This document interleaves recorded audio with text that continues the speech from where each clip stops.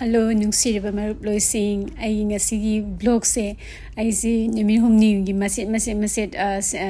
aina khara namza hobudo duido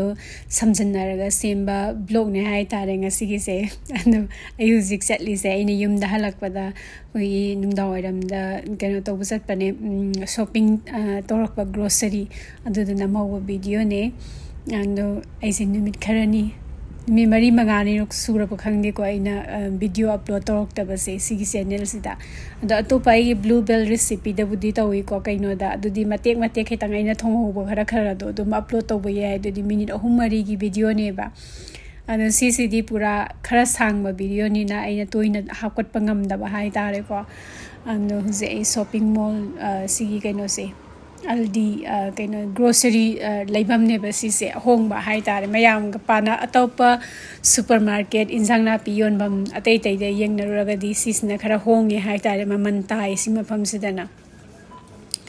अंदो खोइगुंबा खोइगी कइनो the खोइगी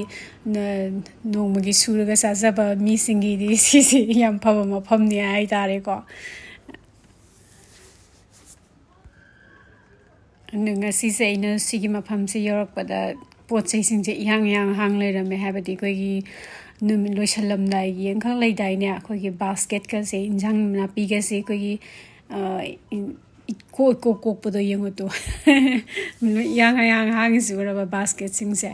अदा इसे mushroom लेरे मशरूम से 200 ग्राम्स दा $2.99 नेबको अदु से द 160 इंडियन मनी दा हाइबिरो हारगदी 160 गुंबनेबको अंदगी सिसना मीन्स पोक मीन्स ने कोई कइनो स्टिर फ्राइड स्नर सुयाय अंदगी कोई नूडल्स के सेम स्नर सुयाय अंदगी कोई पैटीज नत्रगा कोफ्ता गुंबा सेम सुयाय याम सिनबा याबम फमने हाय तारे सिजे 500 ग्राम्स दा $5.99 नेबा अंदगी सिना ब्राउन ऑनियन ने ब्राउन ऑनियन से सिमा कुकुक तो गदि ngorok ngobने सिसे aina hek sinaba aina toina sinaba onion dune सिसे अंदगी सिना ham sheldon gi sandwich ayukta magi tiffin adagi lunch box ke da hapnaba अदगी थुब मतमदा कई सानिंगा लेतो मतमदा दुम ब्रेड का सीसे हापगा दुम साबा दुम पुका दुम थनबनेबा अंगांगैदी अंदु मोइगिदमतदी कानै हाय तारे आइदी क्या अदुदा सुमबसे सगन बमिनते अंदगी सिना गार्लिक ब्रेड से $2.99 अंदु मोइगिस दुकान दा यावबा पोतसिंग जे $2.99 $3.99 $4.99 न याम तो बनबा कैनन में फमने सिगी मफम से अंदगी गार्लिक ब्रेड्स ना कैमरन गी अंदगी सिसना चॉकलेट से अंगांगी नते को आईगी ने सिगी कोई सक्सा गुंबा तोलकपा कईगुंबा लैदाइने को अंदो आईदी केक गुंबा कईगुंबा दगी कईनो गुंबा अथुम हाउदी याम सागनबा मीदी नते अथुम्बा पाम्बा मी नते दुबु अदुई तारसु आई सिगी चॉकलेट से कॉफी फ्लेवर चॉकलेट से मचेट अमा चाबा हावेबा सक्सा तोलकपदा अंदु अदुगुंबा मतमदे साहनबने अदगी सिना पोटैटो चिप्स शेल्डनगी अंदु माई मोरक साबा याम सागले मोरक साबो लेबिरबने $3 ने सिसे $2.99 and $3 अदुने दुम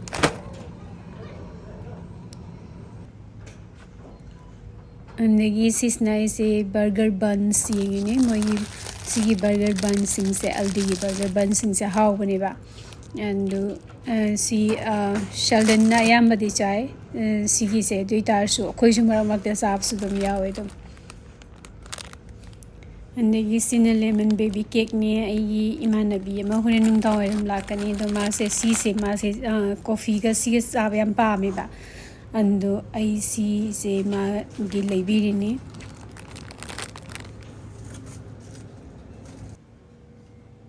अंदगी सिना फ्रोजन पेपरोनी पिज्जा ने द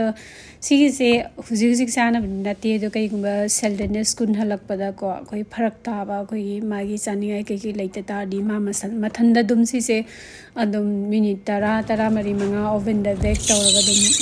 चाबा दुम याय अदुदुना ने इन मागी लेबी बने ꯑꯗꯒꯤ ꯁꯤꯅ ꯐ꯭ꯔꯣꯖꯟ ꯄꯤꯁ ꯒ꯭ꯔꯤꯟ ꯄꯤꯁꯅꯦ ꯐ꯭ꯔꯣꯖꯟ ꯒ꯭ꯔꯤꯟ ꯄꯤꯁꯁꯦ ꯑꯩꯅ ꯍꯥꯟꯅꯁꯨ ꯍꯥꯏꯈꯤꯕꯗꯣ ꯁꯤꯗ ꯐꯪꯕ ꯐ꯭ꯔꯣꯖꯟ ꯒ꯭ꯔꯤꯟ ꯄꯤꯁꯁꯤꯡꯁꯦ ꯑꯁꯨꯛꯀꯤ ꯃꯇꯤꯛ ꯀ꯭ꯋꯥꯂꯤꯇꯤ ꯐꯩ ꯃꯅꯝ ꯃꯍꯥ ꯅꯝꯗꯦ ꯑꯗꯨꯝ ꯑꯇꯦꯛꯄ ꯈꯣꯛꯄꯗꯣ ꯑꯗꯨꯗꯨꯒ ꯆꯞ ꯃꯥꯟꯅꯩꯑꯕ ꯑꯩ ꯏꯟꯗꯤꯌꯥꯗ ꯁꯥꯊꯤꯅ ꯍꯥꯎꯇꯕ ꯍꯋꯥꯏ ꯆꯥꯔꯛꯈ꯭ꯔꯦꯕ ꯑꯥꯗ ꯐ꯭ꯔꯣꯖꯟ ꯄꯤ ꯍꯥꯏꯕꯗ ꯊꯨꯛ ꯊꯨꯛ ꯂꯥꯎꯕ ꯃꯑꯣꯡ ꯂꯩꯕ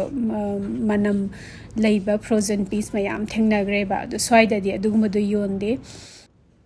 ꯑꯗꯣ ꯑꯩ ꯁꯤꯗ ꯁꯣꯞꯄꯤꯡ ꯂꯣꯏꯔꯦ ꯁꯣꯞꯄꯤꯡ ꯂꯣꯏꯔꯒ ꯑꯩ ꯌꯨꯝꯗ ꯑꯗꯨꯝ ꯍꯜꯂꯛꯑꯦ ꯑꯩ ꯍꯧꯖꯤꯛ ꯀꯩꯅꯣꯝ ꯌꯦꯡꯍꯟꯒꯦꯀꯣ ꯑꯩꯒꯤ ꯁꯤꯗꯩꯗ ꯔꯣꯁ ꯑꯩꯅ ꯆꯍꯤ ꯈꯨꯗꯤꯡꯒꯤ ꯂꯩꯕ ꯔꯣꯁꯇꯣ ꯑꯩꯅ ꯍꯥꯏꯕꯗꯣ ꯁꯤꯁꯦ ꯑꯩꯈꯣꯏꯒꯤ ꯃꯣꯏꯒꯤ ꯁꯤꯗꯩꯗ ꯋꯤꯟꯇꯔ ꯔꯣꯁ ꯍꯥꯏꯔꯒꯁꯨ ꯈꯪꯅꯩ ꯑꯗꯨꯒ ꯕꯦꯔ ꯔꯨꯠ ꯍꯥꯏꯔꯒꯁꯨ ꯈꯪꯅꯩꯀꯣ ꯑꯗꯨ ꯁꯤꯁꯤꯅꯦꯕ ꯁꯨꯃꯥꯏꯅ ꯂꯥꯛꯏꯅꯦꯕ ꯃꯅꯥ ꯃꯀꯣꯛ ꯀꯩꯝ ꯌꯥꯎꯗꯦ ꯁꯤꯁꯦ ꯁꯨꯃꯥꯏꯅ ꯖꯁꯨꯋꯥꯁꯤ ꯃꯄꯥꯟꯗ ꯄꯨꯊꯣꯛꯂꯛꯇꯕꯒꯤꯅꯦ ꯃꯥꯅ ꯍꯧꯖꯤꯛ ꯈꯣꯡꯉꯤꯁꯦ ꯁꯤꯗꯩꯗ ꯄꯨꯕꯤꯌꯣꯅ ꯁꯤꯗꯩꯗ ꯁꯨꯃꯥꯏꯅ ꯂꯥꯛꯏꯅꯦꯕ ꯃꯔꯥꯁꯤꯒ ꯑꯩ ꯍꯧꯖꯤꯛ ꯂꯧꯊꯣꯛꯑꯒ ꯌꯦꯡꯒꯦꯕ ꯑꯗꯣ ꯁꯤ ꯊꯥꯕꯩ ꯃꯑꯣꯡꯁꯦ ꯁꯤꯁꯦ ꯑꯍꯥꯟꯕꯗ ꯍꯦꯛ ꯂꯩꯔꯛꯄꯒꯅꯦꯀꯣ ꯁꯤꯒꯤ ꯕꯛꯀꯦꯠꯁꯤꯗ ꯏꯁꯤꯡꯁꯤꯗ ꯑꯩ ꯅꯣꯡꯃ 24 hours ꯁꯤꯗꯩꯗ ꯇꯤꯡꯉꯦꯕ ꯑꯗꯨꯏꯗꯨꯒ ꯊꯥꯏ ꯑꯩꯒꯤ ꯔꯣꯁ ꯑꯌꯥꯝꯕ ꯁꯨꯃꯥꯏꯅ ꯂꯩꯕ ꯉꯥꯛꯇꯅꯦ ꯁꯨꯃꯥꯏꯅ ꯃꯅꯥ ꯃꯀꯣꯛ ꯀꯩꯝ ꯌꯥꯎꯗꯅ ꯋꯤꯟꯇꯔ ꯔꯣꯁ ꯍꯥꯏꯔꯒꯁꯨ ꯈꯪꯅꯩ ꯑꯗꯣ ꯁꯤꯁꯦ ꯗꯕꯜ ꯗꯦꯂꯥꯏꯠꯅꯦꯕ ꯑꯩꯒꯤ ꯃꯅꯤꯡꯗ ꯍꯧꯕ ꯗꯕꯜ ꯗꯦꯂꯥꯏꯠꯇꯣ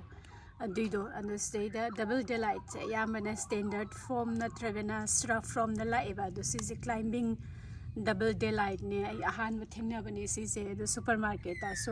ꯋꯤꯟꯇꯔ ꯁꯤꯒꯤ ꯑꯣꯇꯝ ꯌꯧꯔꯛꯄꯁꯦ ꯁꯤꯗꯒꯤ ꯁꯤꯒꯨꯝꯕ ꯔꯣꯁ ꯃꯌꯥꯝ ꯂꯥꯛꯑꯗꯕꯅꯦ ꯁꯤꯁꯦ ꯁꯨꯄꯔ ꯃꯥꯔꯀꯦꯠꯁꯤꯡꯗ ꯑꯗꯣ ꯁꯤꯒꯨꯝꯕꯗꯒꯤꯁꯨ ꯂꯩ ꯑꯩꯒꯤ ꯔꯣꯁꯁꯤꯡꯁꯦ ꯑꯩ ꯕꯥꯔꯤ ꯑꯃ ꯁꯤ ꯂꯧꯊꯣꯛꯀꯦꯀꯣ ꯁꯤꯁꯦ ꯁꯨꯃꯥꯏꯅ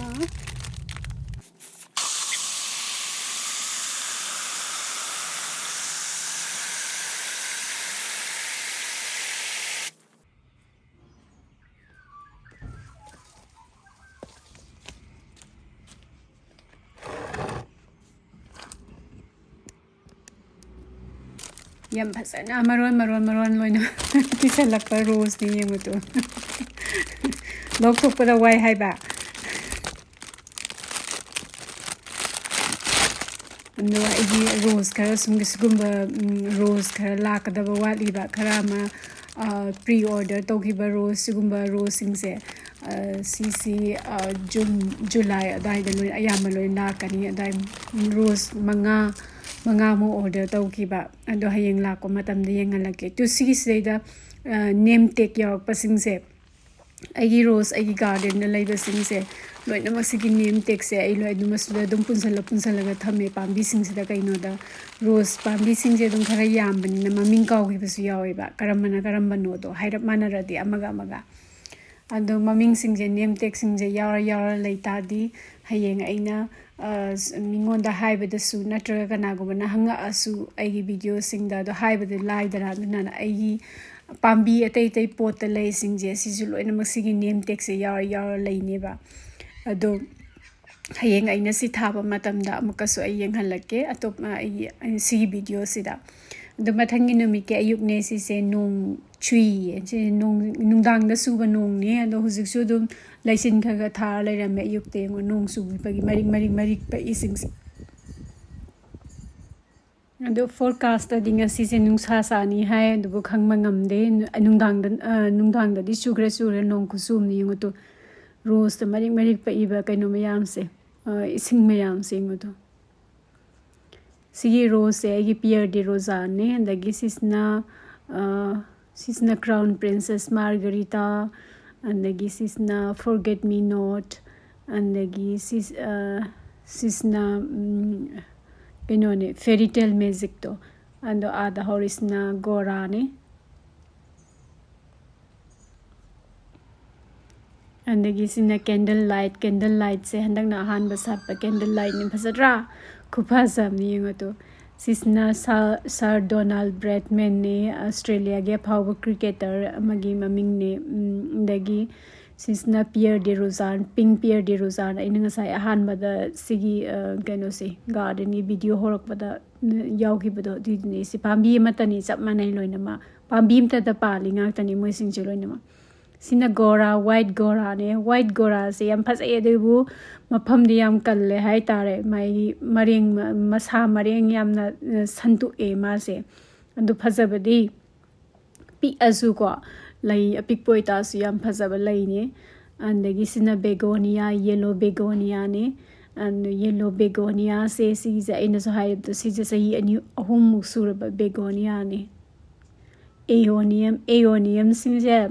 see we autumn matams the Masayam Pagalayang to Kupazam Dogdring Masaksunze. Kupazam the ace day the nea, Subnatagi, Kaino, Katanis, Moina Tariba soils. She's a cactus, Anuga Keke, Sugumba, succulent Keke Tana, soil dunis, they that they take fertilizer, a mamma came the happen at the Dutasumus, just mating Masapai Haitare. Adonga see Handak Tasi. Siloyam died, she say, I yumgi mamang the labor berenda to the thumb doing in the tatadis, mine mapanda thumb tadi, temperature heck, high the giver, Moise Kangmangam the Louis Siba. And the gisna gold bunny say,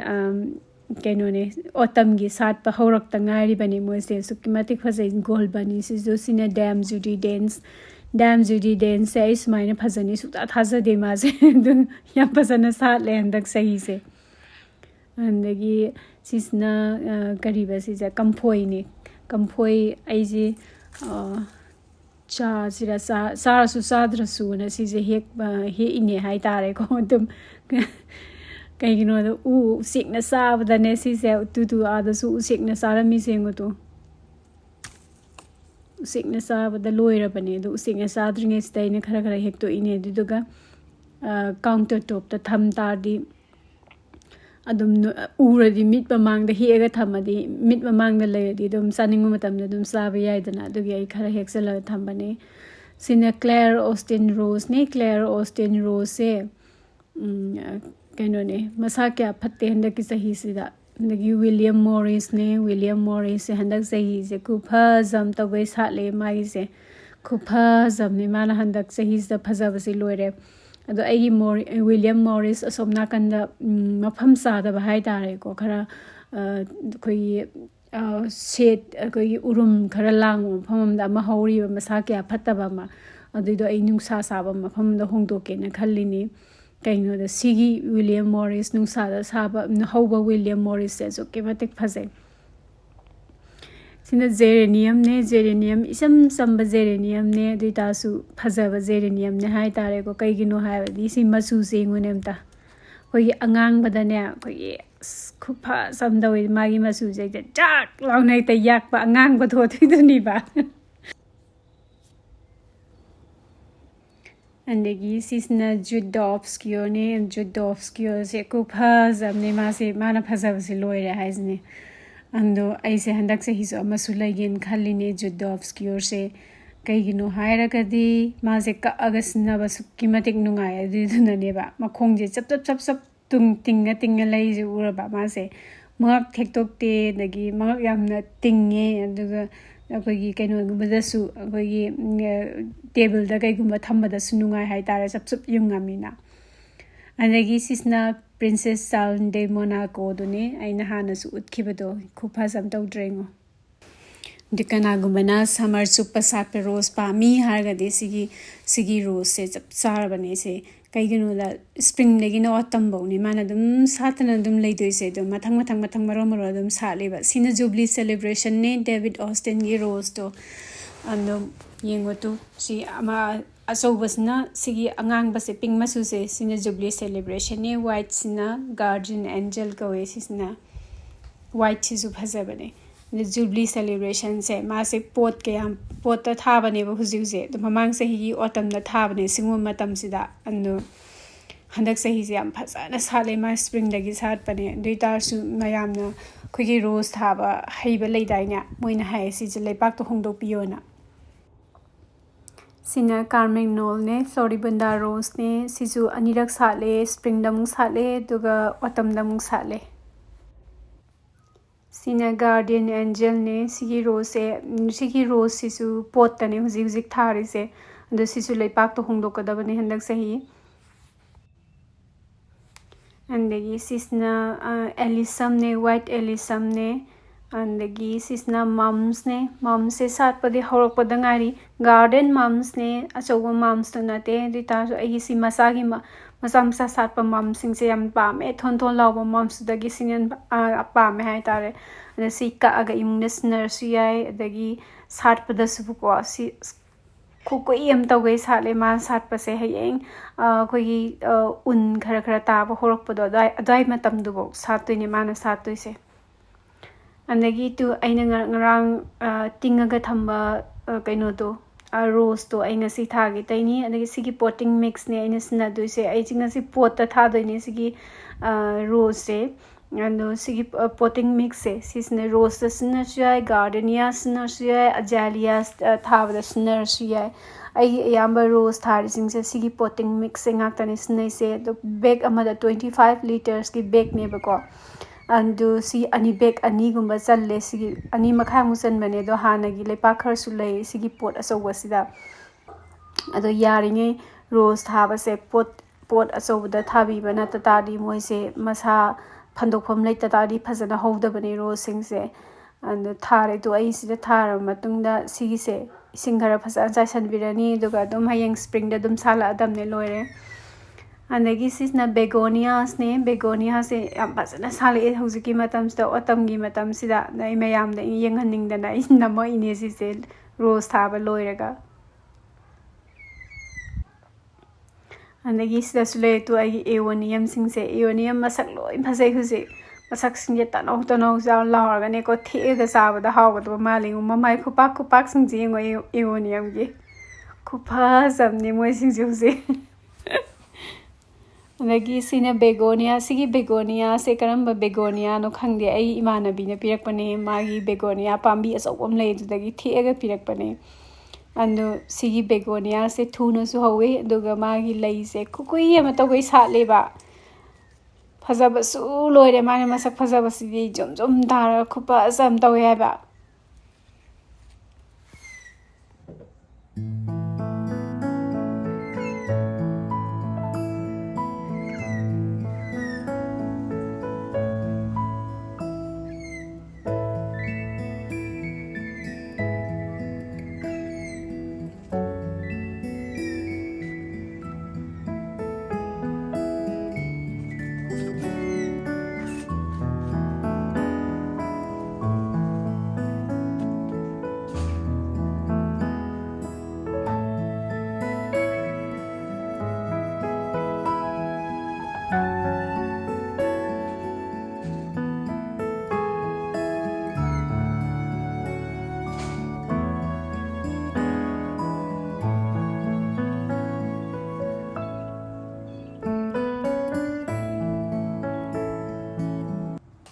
andagi handak seng hanung khara chu nusa khara sa tawusda khanaw sam nungai te ba duna inga si ja yuki sa se singa oparam hapsale na ko ilaichi khara hapsalaga yam borong so laga manam gam nuksi ba sa do adu dune se da aina loli se ando sing aina sta ha bi si juni ko no ba sing ko gi yang law ba sing do adu dune manam su loire imung se satle sigi salon megi manam sina anu marak ta smaina koi khanaw go nungai ta ba lagi amama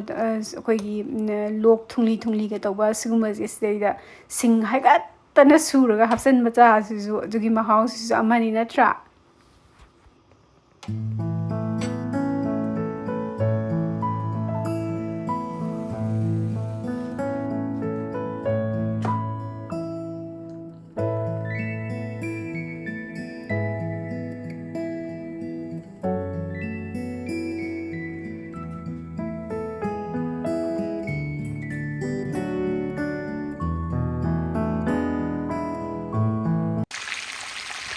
sigi mackerel se aina han tawiba mackerel ne anduga aina chaba ngamdaba gaido aina freezer da yom thallaga thamibane ando aina si se aije tawgena lokthor aini ando freezer da thamubagi phibam masak si ai yeng halake ko nung mu kalla leirame to kallamneba adu se ai ngasi thongge na khalline adu mackerel se sumaina khogi fresh oina thongbogi khogi mahouse na mani aduga khogi kokta da la aga thongba yawa mackerel do aduna mahawa mani adu fresh yam hawe se da mackerel se marang kaina thoe se da blue mackerel se Australia da khuthokam ni se da hongsu hongi duga also hawe negi aise ahamada thau khara sale 4 tablespoons kumba nuga maikhu khara khara karak tribo ba sale duga maikhu he karak paga mai do lo kaino da mai do tapna leitha bire duga cumin seeds a half tablespoon hape negi half tablespoon methi hape andegi bay leaves masa picture ani huma ma hape andegi onion tangkhai ma slice toraga hapire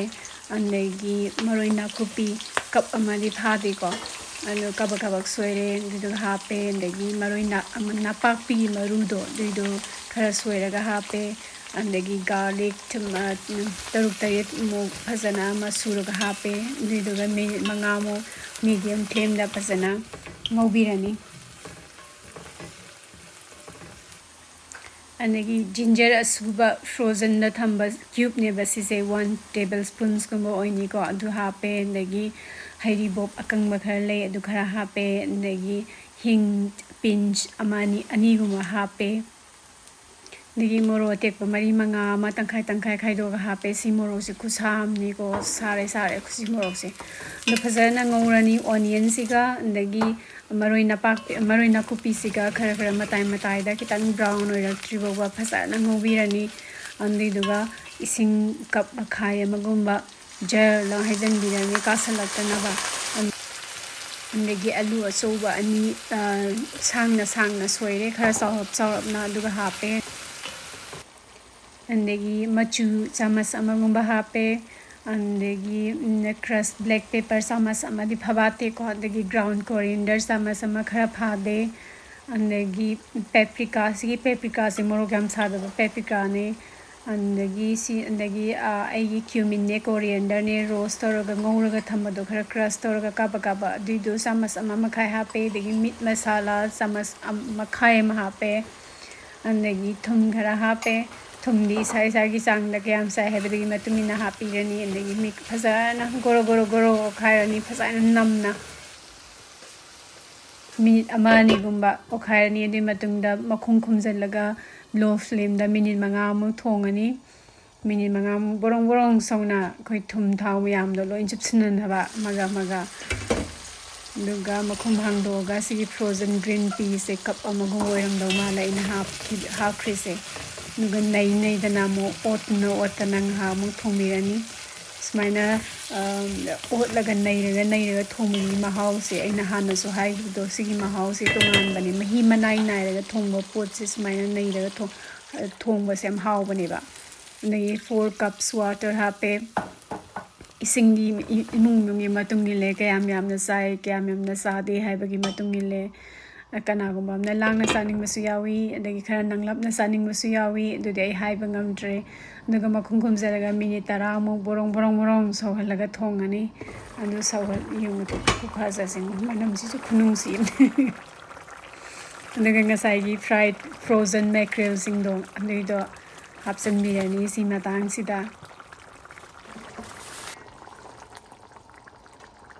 no aise fresh tomato half trace da fresh tomato half trace ke no hali khara ya eva fresh tomato se nani aduna ai tomato paste oina sama hape duga kitang nai khai smaina santong na ba ane duga makhum maga alu duna khara soft oira sriboba thongani borong sauna duni muje alu sumulle andagi loina mulle aduna stage dum saba yarabane da I huzik phadigom khara hapsale matang sida phadigom se hapaga ngahak thongu su yai thongdra su yai apa isa gi apa magi matung le ai ji swaida dum loisalle dum adu sabi ne ba leitre ai su hayeng ayuk oina sarani ngasi sara roi ai makhum khumjalaga thamgre